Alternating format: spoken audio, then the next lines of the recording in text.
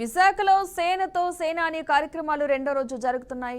ఇక ఇవాళ జనసేన ముఖ్య నాయకులతో ఆ పార్టీ అధినేత పవన్ కళ్యాణ్ సమావేశం కానున్నారు.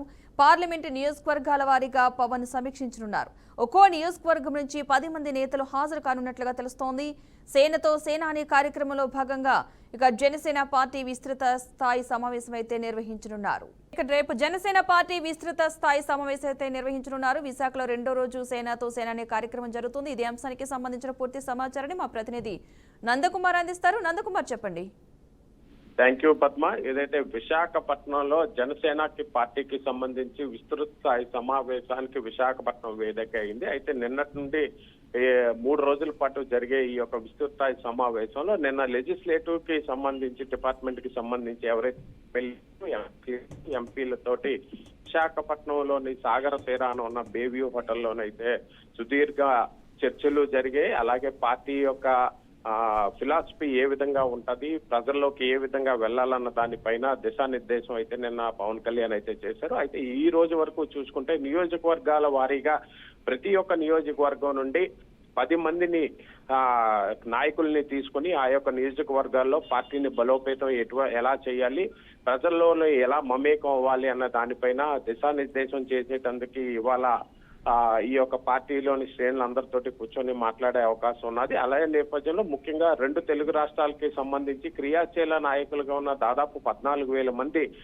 పవన్ కళ్యాణ్ ని కలిసేటందుకు విశాఖపట్నం వచ్చినట్టుగా పార్టీ వర్గాలు అయితే తెలియజేస్తున్నాయి. అయితే ముఖ్యంగా ఇప్పటి వరకు కూటమి ప్రభుత్వంలోని జనసేన పార్టీ యొక్క కీలకంగా ఉన్న నేపథ్యంలో ఈ యొక్క సంక్షేమ పథకాలు అవన్నీ ప్రజల్లోకి ఎంతవరకు వెళ్ళాయి, అవుట్పుట్ ఏ విధంగా ఉంది, జనసేన పార్టీ మీద ప్రజలు ఏమనుకుంటున్నారు అనే దానిపైన ఈ యొక్క కార్యక్రమానికి సేనతో సేనాని అనే కార్యక్రమాన్ని పెట్టి ప్రతి ఒక్కరితోటి మమేకం అవుతున్నారు.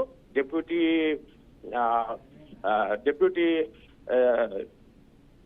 Chief minister Pawan Kalyan. ఇదే నేపథ్యంలోని చూసుకుంటే మొత్తం అంతా కూడా రేపు విస్తృత స్థాయి సమావేశం ప్రతి ఒక్క కార్యకర్తను కూడా కలిసేటందుకు విశాఖపట్నం పాతనగరం, ముఖ్యంగా దక్షిణ నియోజకవర్గం పాతనగరంలో ఉన్న మున్సిపల్ స్టేడియంలో భారీ బహిరంగ సభను కూడా ఏర్పాటు చేశారు. వీటన్నిటికీ కూడా 2 తెలుగు రాష్ట్రాల నుంచి ప్రతి ఒక్క జనసేన నాయకుడు, కార్యకర్త, అలాగే వీర మహిళలు అందరూ కూడా ఈ యొక్క కార్యక్రమానికి అటెండ్ అయ్యి పవన్ కళ్యాణ్ కి తమ వర్గాల్లో ఉన్న ప్రాబ్లమ్స్, అలాగే పార్టీని బలోపేతం చేసే దిశగా ఎటువంటి కార్యాచరణ, అలాగే అభివృద్ధి పనుల దిశగా తీసుకున్న ప్రజల్లోని వారి యొక్క సంతోషం, ఇవన్నీ కూడా పవన్ కళ్యాణ్ ముందు చెప్పే అవకాశాలు ఉన్నాయి. ప్రతి ఒక్క నియోజకవర్గానికి సంబంధించి 10 మంది నాయకులను తీసుకున్న నేపథ్యంలో వాళ్ళందరూ ఇప్పటికే భవిష్యత్తులో కార్యాచరణ ఏ విధంగా ఉంటే పార్టీని బలోపేతం చేయొచ్చు అనే దానిపైన పవన్ కళ్యాణ్ కి వివరించే అవకాశం ఉన్నది. ఇప్పటికే 0 to 1, 1 to 100 కి మనం పవన్ కళ్యాణ్ ఈ యొక్క జనసేన పార్టీకి తీసుకొచ్చిన నేపథ్యంలో దాన్ని ఇంకా విస్తృతంగా ప్రజల్లోనికి తీసుకెళ్లే దిశగా ప్రయత్నాలు చేయాలన్న దానికే ఈ సేనాతో సేనాని అనే కార్యక్రమం పెట్టినట్టుగా పార్టీ వర్గాలు అయితే చెప్తున్నాయి. ముఖ్యంగా ఈ యొక్క కార్యక్రమం ద్వారా ప్రజలకి, అలాగే కార్యకర్తల్లో, అలాగే నాయకుల్లో, వీర మహిళల్లో కూడా ఒక జోష్ ఉన్నది. పవన్ కళ్యాణ్ ఇటువంటి కార్యక్రమాలు చేయడం వల్ల మరింత అభివృద్ధి దిశగా, అలాగే పార్టీని బలోపేతం చేసే దిశగా మేము ప్రజల్లోకి అన్ని విధాలుగా తీసుకెళ్తామని పార్టీ వర్గాలు అయితే తెలియజేస్తున్నాయి. Padma. Right, thank you Nandakumar.